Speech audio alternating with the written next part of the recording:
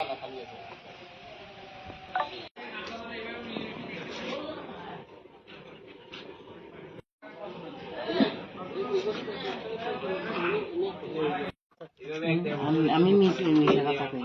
ওই আমার বাথরুমে আমার নাম মোহাম্মদ হোসেন, বাবার নাম মোহাম্মদ লুকমান মিয়া মৃত।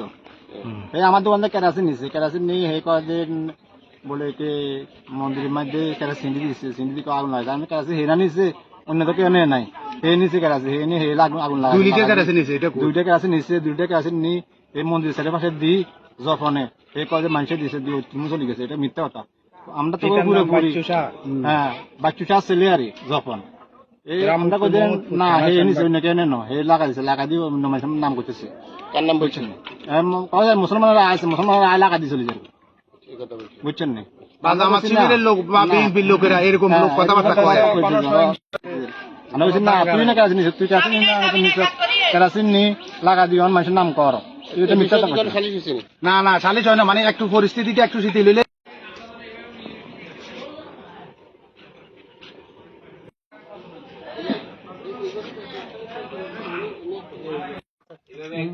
আমি ওই আমার বাথরুমে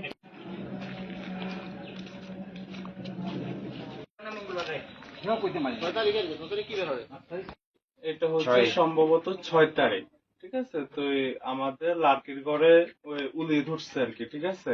এবং তো আমার আম্মু বলছিল যে কেরোসিন তেল নিয়ে আসার জন্য, তো আমি আনছি আমাদের পার্শ্ববর্তী হোসেন মিয়ার যে দোকানটা, ওই দোকান থেকে আমি আনছি। তো হয়তো আনার সময় হয়তো আমার বোতলে হয়তো ছিদ্র ছিল বা যেটাই হোক, হয়তো পড়তে পারে, ঠিক আছে। কিন্তু হয়তো আমি জানি না, কিন্তু পরবর্তীতে 8:30 বা 9টার দিকে যখন এটার গন্ধটা বের হয়েছে, আমি আসলে ওই খেয়ালের ভুলে জিনিসটা আমার গার্ডিয়ানকে জানাইতে ভুলে গেছি, ঠিক আছে।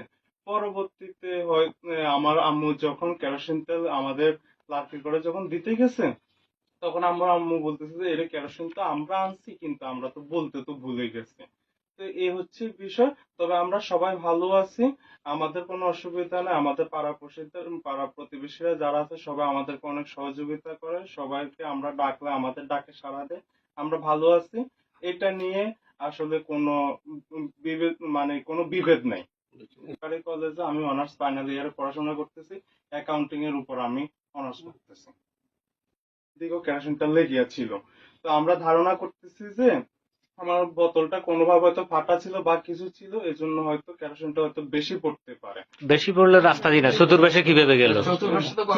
চতুর্পাশে কোনো গন্ধ বেরোনো, আমরা রাস্তার এক পাশে আমরা গন্ধটা পাইছি, এই হচ্ছে বিষয় আর কি। গন্ধ পাওয়ার পরে কি আপনারা মেম্বার? না, গন্ধ পাওয়ার পরে আমি মেম্বারকে জানাই নাই। আমার মেম্বারকে জানাইছে আমাদের বাড়ির একজন মেম্বার, ওনার নাম হচ্ছে চন্দন শাহ বদন বলে, উনি মেম্বারকে জানাইছে। তবে আমি সেটা বলতে পারবো না, উনি মেম্বারকে জানাইছে, ইনফরমেশন করছে। তো মেম্বার আসার পরে উনি জাস্ট হয়তো 2 থেকে 5 মিনিট ছিল, উনি একটু দেখছে।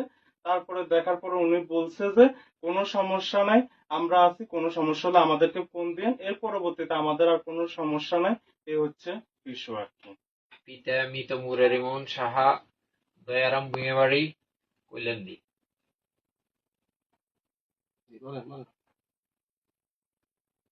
আমার ভাতিজা রিদম সাহা ওরফে জফন, তার জীবনে প্রথম কেরোসিন তেল আনতে গিয়ে মন্দিরের সামনে হয়তো কয়েক ফোঁটা কেরোসিন তেল পড়ছে।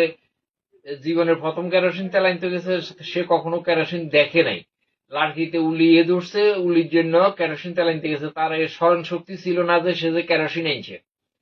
হয়তো অনেক সবাই আমরা বলতেছি যে কেরোসিনের গন্ধ, কেরোসিনের গন্ধ। তখন আমাদের বাড়ির সামনে একজন লোক ছিল চৌধুরী মিয়া, ওনারে ডাকিয়ে নিয়ে দেখাইছে। তারপরে আস্তে আস্তে প্রচারে গেছে। পরের দিন যখন সকালবেলা সে আপনার এই উলিতে যখন কেরোসিন তেল দিতে গেছে, তখন এর মনে পড়ছে যে এর কেরোসিন তেল তো আমি এনেছি।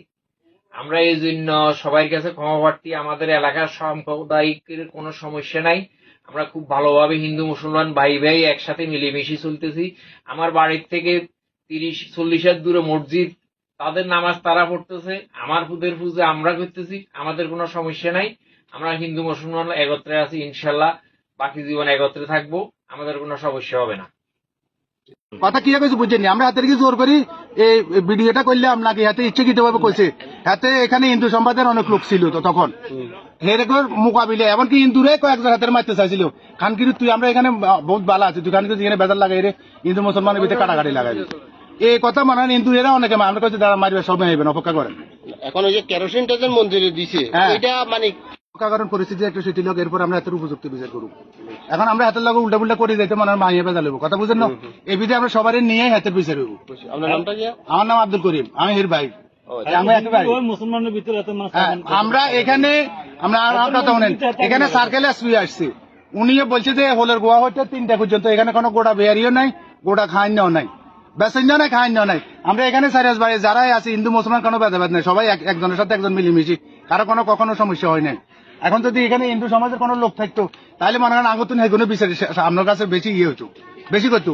হাতের মনে করেন না এবারে রতন টাইপের রুট নিজে দেওয়া পর্যন্ত মারতে গেছে আগে দাদা এখন ন আপনারা বিচার করিয়ে হাতের একটু অপেক্ষা করেন। আমরা মানে হাতে হইলে হিন্দু লোক এরাই মানে এর উপর বেশি করতো, কিন্তু আমরা তো কোনো সমস্যা হয় না।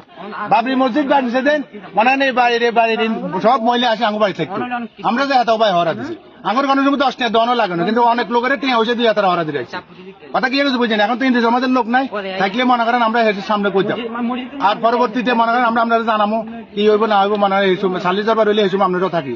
আমার নাম সঞ্জীব সাহা, এটা ইটা মুরারিমন সাহা। হ্যাঁ বলেন ঘটনাটা কি হয়েছে? ঘটনাটা তো আমি গত শুক্রবার থেকে শুক্রবার 1 সপ্তাহ বাড়িতে নেই, আমার পরিবারেরও কেউ নেই। তারপর মনে করেন তো আসার পথেও এক বাড়িতে ঢুকলাম, হেরা বললো যে আপনাদের মন্দিরে আগুন লাগাতেছে, আপনি কিছু জানেন কিনা।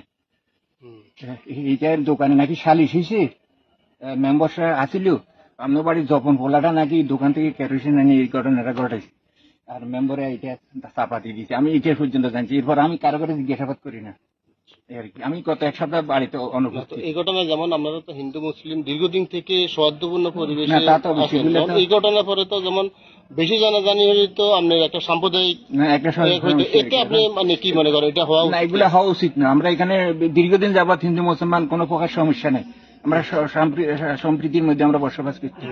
এখন এগুলা ঘটনাটা কিসে, আমরা এগুলো ব্যাপারটা একটু দেখবেন। এখন মানে ঘটনাকারী কি, এখন কাকে এটার সাথে জড়াইব, এগুলি আপনারা একটু দেখবেন। বলছে আরেক নদী ঘুরে দিছে, যাওয়ার পরে পুলিশ ইয়ারা ফোন দিছে, তারা মেম্বারে ফোন দিছে, মেম্বারের হাতে ওলা যোগাযোগ করছে। আমার লগে মেম্বারের এত কলে দিকে এনে ঘটনা, তাহলে আচ্ছা ঠিক আছে, এটা আমরা জানা বসে সম্পাদন করি। আপনার নাম কি বলবে? সুলতান ড্রাইভার, সুলতান রায়গর। আপনার কোন বাড়ি? এই পাশের পাড়ি নাম কি বাড়ির নাম? নাজমিয়া ব্যাপারী বাড়ি। না জানি না। জানা অসুখটি করে গেছে, এখন কি করেন? এখন কিছু করি না, নিজে গিয়ে করতে পারি। আচ্ছা ঠিক আছে। তো কর না, এটা তো এদের মুখ থেকে নকল আইতাম শুরু তো ঘটনা হেতারাই কোন না জান? হ্যাঁ আমি তো এবার কাজ কাম করি আমার বাড়িতে মনে কাজ ডাক দিলে আই আর বুঝছি বুঝছি। আরে আমার বাইরে আর্থিক অবস্থা ভালো, আমার সময়